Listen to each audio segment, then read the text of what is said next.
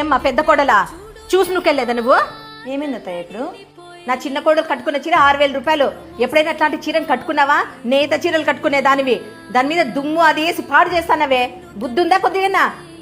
ఏంటక్క నువ్వు చూసుకో, నువ్వుకేది లేదా? అసలే నేను పార్టీకి వెళ్తున్నా, కాస్ట్లీ చీర ఇది. సారీ లక్ష్మి, చూసుకోలేదు.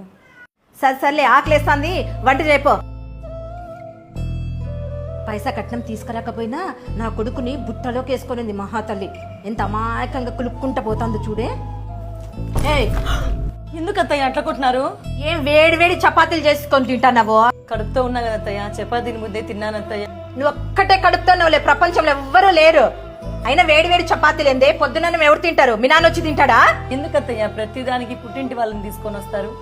ఏమనంటే నన్ను అత్తయ్య, ఇప్పుడు నేను చపాతీని కూడా సరేలే అత్తయ్య, సద్దనమే తింటాలేండి. అత్తయ్య చపాతీలు చేసినట్టున్నారే, ఆడ చూస్తే చపాతీలు లేవే. ఇదో ఈ మహాతల్లి తింటాంది.